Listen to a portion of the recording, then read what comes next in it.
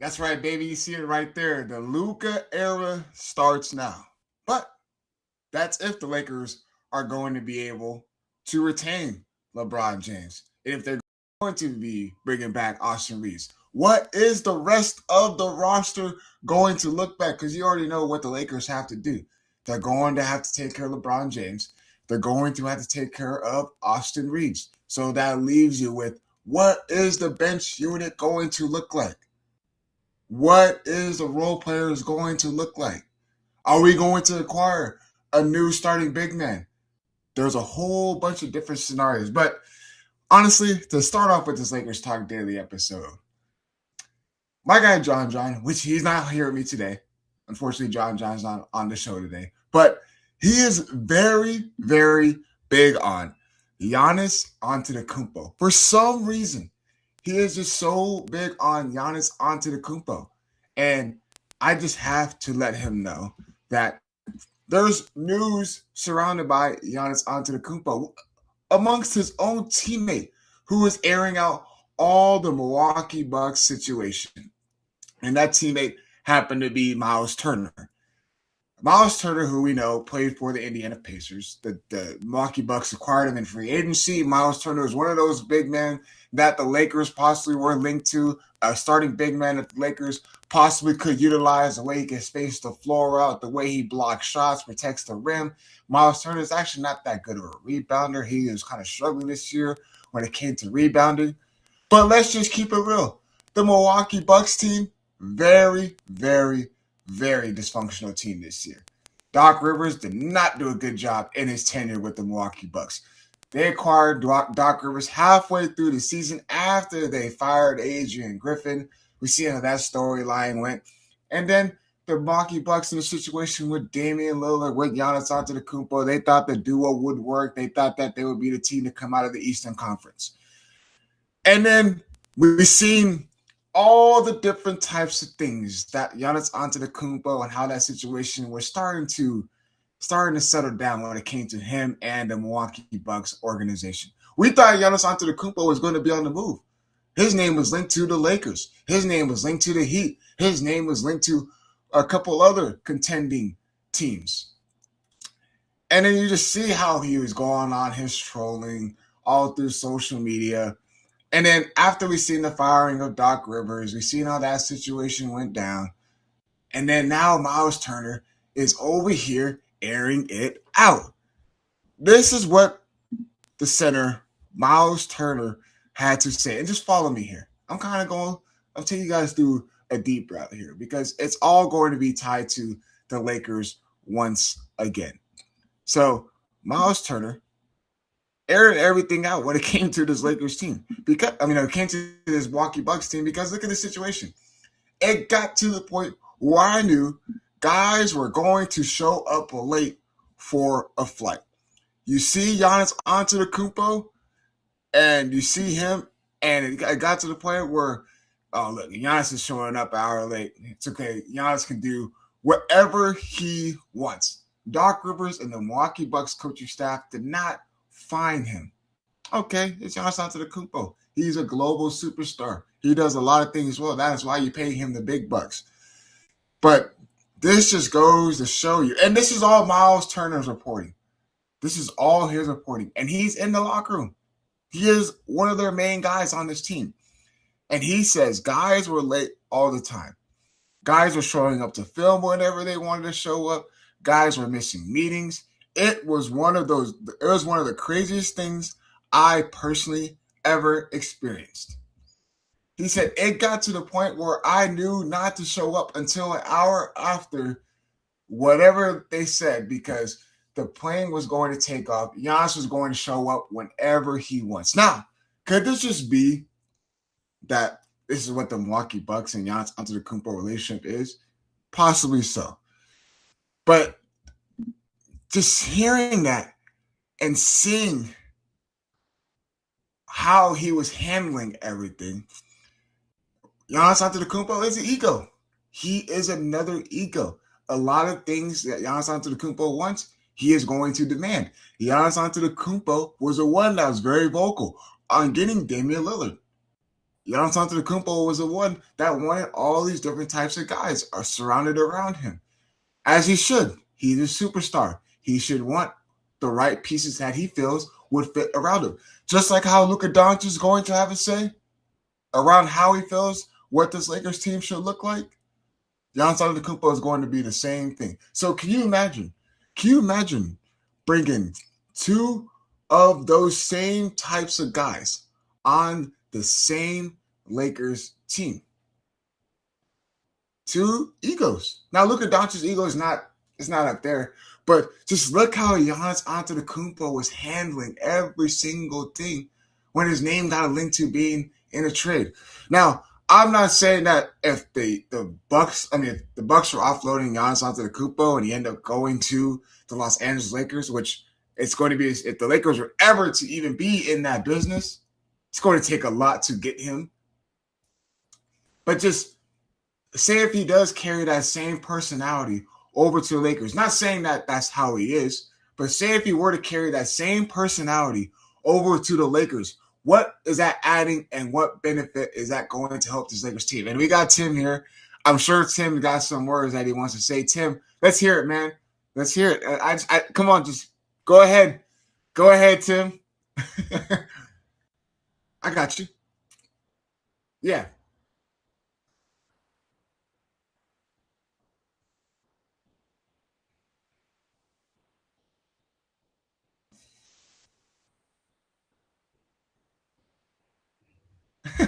Look. Oh, my bad. They couldn't hear me. So let me take it back. I'm going to be the bad guy. Okay. Is this on Miles Turner being a dweeb? All right. Because think about it. What were the Bucks playing for? What are we going to practice for? We're not trying to win. Okay, but he is your veteran. He is your guy. He is supposed to be the vocal. He's supposed to be the one that is leading charge. And by the way, I see you guys in the YouTube chat. I believe you guys can hear Tim now, but if you can't, just let us know. I believe he fixed the audio. Now, so Tim, he's your guy. He is your superstar. Luka Doncic, he was hurt, but the Lakers were playing for something. Different story. But he was hurt, and Luka Doncic was traveling with the team. He was coming back. Knowing damn well they were not going to win that series against Oklahoma City Thunder, Luka Doncic was there from start to finish, cheering on, clapping, communicating, talking to the coaching staff, engaged in the huddles. What was Giannis Antetokounmpo doing? But it's a bitter relationship. But that relationship is coming to an end. We can just see it right now. Hold on. You made my point for me. So, how long has Giannis been in the league? That's a good question. I'll look that up. I will look that up right now. But I believe Giannis Antetokounmpo is about early 30s. At any point in his tenure, have you ever heard any mumbles, any rumbling of him not being a dialed-in professional? No, absolutely not. And this is why it's shocking to me that this is even something that's coming into reports. So you talked about what Luka did and the difference that Luka did, right? Because he was out. Yes. But his team was playing for something. What do you want me to do if we're going to be bottom 10 in the league anyways? What am I coming to practice for? What am I for? By the way, to answer your question, Giannis Antetokounmpo has been in the league and been with the Milwaukee Bucks since 2013. So he's been in the league for over 13 years. With no whispers of him being a difficult personality, lacking effort, being fat like Luka. I'm just saying. Whoa. I'm putting this on a one-off, on a bad team in a bad situation where, hey, maybe it was better for him to be at home getting that extra rest so that he can recover and be the best Giannis he could be for the next team that he goes to. I'm just saying it. Okay, so you think Giannis Antetokounmpo being here in a Lakers uniform, do you think the Lakers just take a big leap like that? I don't think you don't have enough of a use case or case studies to say that Giannis is that sort of personality. So if we were, even though you guys know, and I am clear about this, I do not believe there is a path for Giannis to be here. And I'm going to keep saying that unless we get rid of Luka. So I'm going to lay that there. For sure. You do not have enough use case to say that Giannis will not come here and be prideful and work hard and give all that he can to win a championship. I think you will see the Giannis that you see in the FIBA tournament, in the Olympics, that is competing for Greece. You will see that he's gonna lay it all on the line. But when you put him in a situation that whether he plays or not, it just doesn't matter. Why are you risking yourself? What difference does it make if he's at practice? What difference makes if he's on time? He not playing. I get it, but Luka Doncic wasn't playing, Tim. I understand the Milwaukee Bucks were terrible. They were awful. They were the worst. They were. You want to talk about tanking at its finest? Them dudes was out there like Giannis. Okay, and this is where it gets interesting because he wanted to play, right? Mm-hmm. And what did the Bucks do? No, we're not going to play. We're going to sit you down. So why I got to be on time then? What you want me here for? You told me you don't want me here. The only thing I'm following your instructions. The only thing I just get worried about is him just. I don't want that energy being brought over here. Not saying that it's going to happen. By the way, he did put up an Instagram post, and he did say that, I'm here just grinding. I'm putting my own work ethic in. I'm minding my own business. So, and guess what? Let me draw one more difference between here and Milwaukee. We're the Lakers, baby. This is LA. We don't do that. We don't tolerate that. We don't play those games.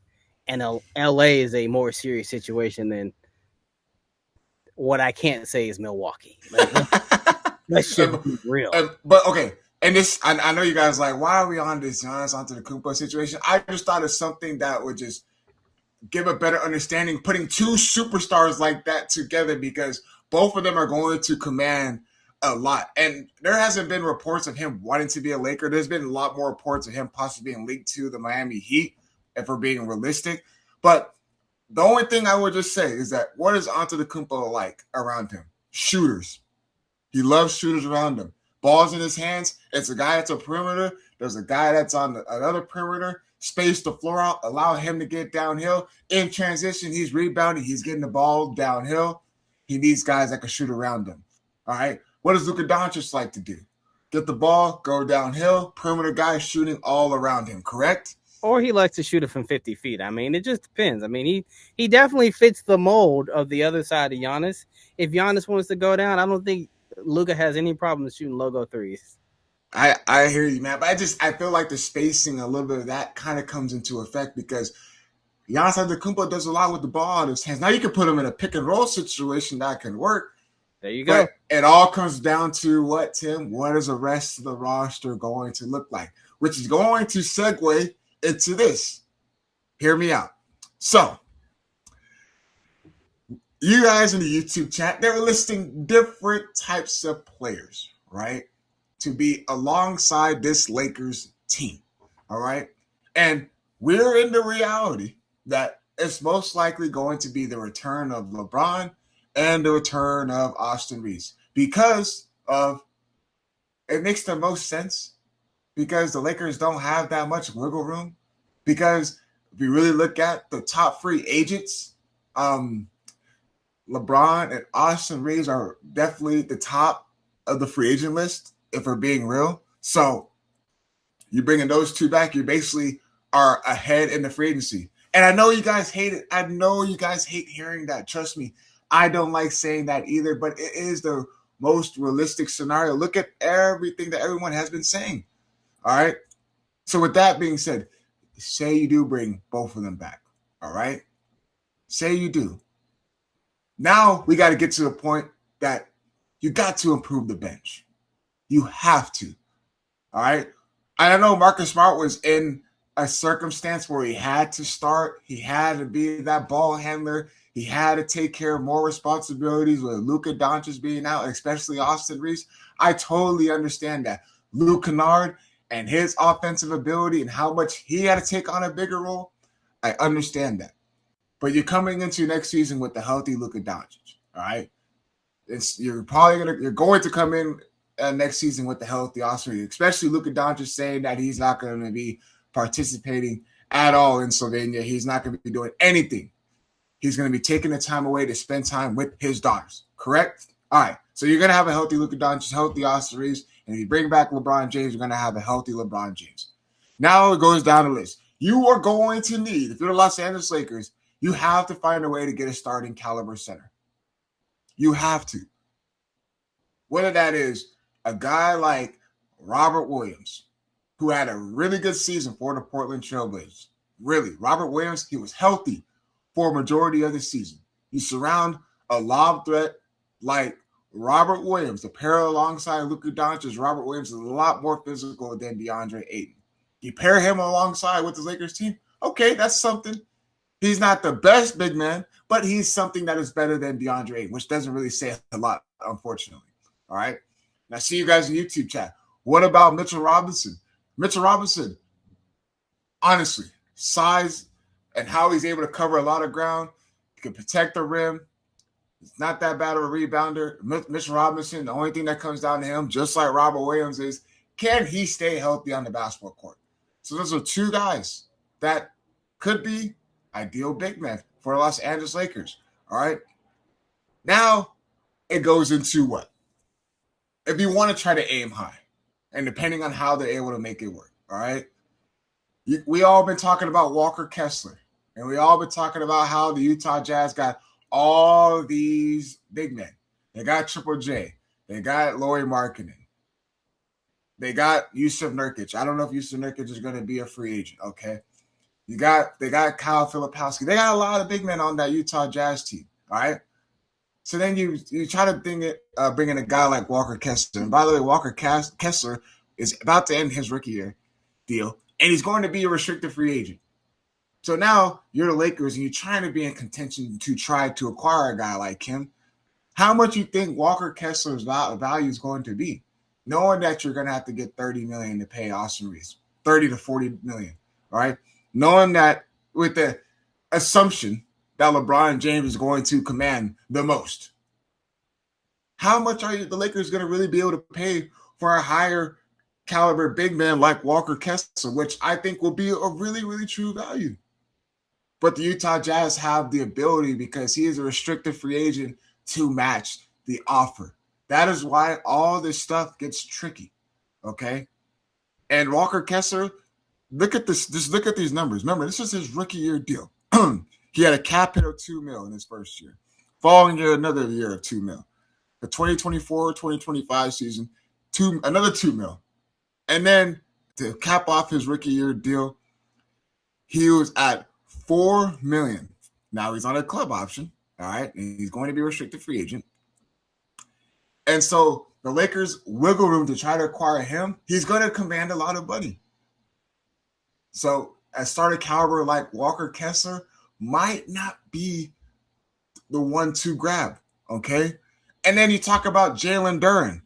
All right, I'm just listing all these different types of names, and I just want you guys to follow me, because this is interesting, because we're talking about a big man. We need another big man. And I'm right there with you guys who are tuning in today at Lakers Talk Daily. You need another big man. You need a starting caliber big. DeAndre Ayton is not going to cut it for another season. And by the way, if DeAndre Ayton opts out, cool. If you're the Lakers, all right.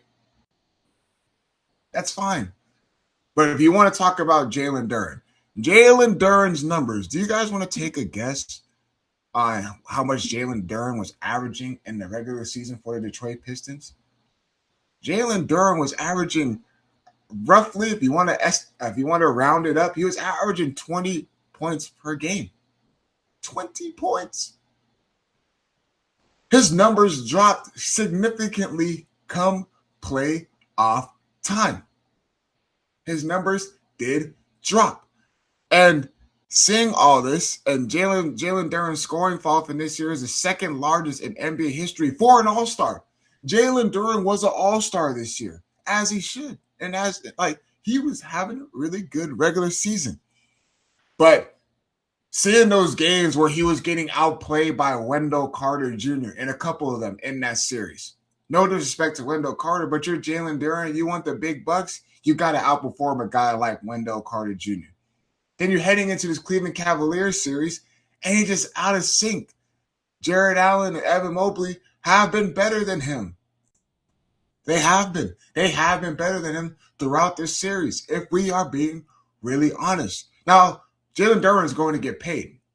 And if the Lakers want to try to aim high, maybe just because he had a downfall into the playoffs for the Detroit Pistons, maybe that can be a way for the Lakers to try to aim high and try to get a price point that they can agree with. But it's just the wiggle room that the Lakers have, knowing that they got to pay Austin Reaves and knowing that they have to pay LeBron James. Now, this could be a thing where the Lakers could present the deal to LeBron James, and if he hears them out and they tell him, these are the people that we want to try to surround the three of you with, then it might be a different conversation with LeBron James. But the only things that makes it difficult is that you see his numbers and how he was the main one that was healthy heading into the playoffs and how he was that guy to win a series without Luka Doncic and Austin Reaves for a majority of that series. Then coming OKC, LeBron James was the best player on the floor for the Los Angeles Lakers. So that is all it has been for this situation. Now, hearing what Mike Trudell was saying and having a good conversation with him, that this free agency and how the NBA has been going down as far as free agency, it's not really the move to try to acquire a big name. This might be a possibility where the Lakers try to get guys around the margins, right? Say they do acquire a guy like Peyton Watson, who was a restricted free agent, and he comes for the right price. That is ideal to surround him alongside Luka Doncic, Austin Reaves, and LeBron James. You got another wing, high-end defender. That's what the Lakers also need to surround this team by. A lot more high-average defenders. Okay, no more one-way players. They need more two-way guys. We all are on an agreement when it comes to that. All right, so you add a guy like Peyton Watson. Okay, your roster, your team started to take steps towards the right direction, but they're going to need more than that. So that's for the Lakers in free agency where they can win at. Improving the bench. Improving the damn bench. We can't rely on Jake LaRavia. No disrespect, but we can't rely on a Jared Vanderbilt because he's a one-way guy, which he does a lot of things great defensively, but he doesn't provide you much offensively. Adu Thiero, is he going to take a leap? He's going to come in with the full training camp. He's going to come in with a full offseason. He needs to find a way to improve that jump shot, find a way to be a consistent offensive player, find a way to get minutes on the basketball court. The Lakers do need to get younger. I am all with you guys, but it's going to be a lot of things where hopefully the Lakers can win on the margins. Now, to see and read a couple of you guys' stuff in the YouTube chat as we're winding down this episode. And I see a lot of you guys are saying having Rui Hachimura, bring back Rui. Rui Hachimura was averaging 17, 18 points in his whole entire playoff run. And he was the most consistent three-point shooter on this Lakers team. And by the way, he was averaging 50% from three. Like, really. But guess what? If you pay Austin Reaves, you pay LeBron James. All right. And if you're trying to get a high caliber center, you're trying to get a starting center, where does that leave Rui Hachimura? How can you get him for the right price? How can you add him back into the mix? Now, ideally, just seeing that, can you imagine? Just imagine this and hear me out. Can you imagine they bring back LeBron, Austin Reaves, and they have the trio back together? Then they're also able to try to find a way to get Rui Hachimura back in the mix. And then they find a starting caliber big man. And then they're also able to add more bench depth to what JJ Redick has been saying. We need to be able to go 8 to 9, hell, even 10 deep. Lakers might be cooking with something. So this offseason, I am like, when we say that this is the biggest offseason, it really, really is. Because it's going to determine where the Lakers' mindset is at. All right? If they're doing little moves and they feel like they can be in a little bit of contention, then they're saying that they're going to be trying to compete with teams like OKC and San Antonio Spurs, if we're being real. But if we kind of see the similar band back together and are not able to acquire certain pieces, then it's going to be, once again, one of those seasons that we had these past couple years. I always look at that 2020 Lakers team, and if you hear who was on this roster, you will understand why they were the best team that year. When you have A.B. Bradley, two-way guy. You have a Kentavious Caldwell-Pope, two-way guy. Alex Caruso, who the Lakers let walk, two-way guy. You have Anthony Davis playing at an MVP level, arguably a Finals MVP. Can make that case. Then you got Danny Green, which Danny Green was fine. He was good for the Lakers, but he is a veteran. He has championship DNA. You establish him in this Lakers lineup, good things happen. Dwight Howard, and you pair him alongside Anthony Davis, good things happen because you have a starting caliber big man. LeBron playing at a high level. Hell, Kuzma, McGee, like, look at this. And you add another championship DNA of Rajon Rondo. That was a complete team. The Lakers have not been able to get back to that same sort of look in these past couple of seasons. That is ideal. You want to try to fit that Dallas Mavericks model, and you want to try to get back to that home cooking like you had in 2020, because that is what the model is looking like in today's NBA, for being brutally honest. Being able to go deep in your rotation, bring a lot of guys in, you plug them in, energy doesn't drop. You have a lot of two-way guys, high leverage defenders, guys who can space the floor out, be able to shoot the three ball. Lakers had that in that year. Can they get back to that same sort of model? Now, it's going to take time. This offseason, they're not going to hit all in one offseason. I'm letting you guys know that right now. But I think we're all going to come into an agreement that it's going to take time. But unfortunately, this episode, we are done for the week, y'all. Now, be on the lookout. All right. Once again, Lakers Talk Daily. It's not going to be done. We are going to be figuring out as far as what days of the week we are going to be airing the show. We're definitely going to be hitting hard in the offseason, especially free agency time, especially come draft. We're going to be locked in. We are going to be locked in. And be on the lookout for that. We're going to put tweets out. We're going to be on Instagram. We'll make sure that we are in communication for you guys to be able to tune in. But remember, Lakers Talk Daily is not going to be done. So we'll figure it out, see what days of the week we will be airing Lakers Talk Daily. But you guys, this offseason is one of the biggest ones for the Los Angeles Lakers. For my crew in the back, Brooke and Tim, as always, thank you guys so much for running the operation. And you guys in the YouTube chat, thank you, as always, for tuning in and commenting on the YouTube chat. Very, very grateful for you guys. Have a great rest of your weekend. Be locked into the NBA playoffs. Got a good one tonight. Both those series, the Pistons and Cavs, the Spurs and T-Wolves. Can the Cavs close it out? Can the Spurs close it out? Here it is, man. The off season is right around the corner. Have a great rest of your weekend, and your boy's out.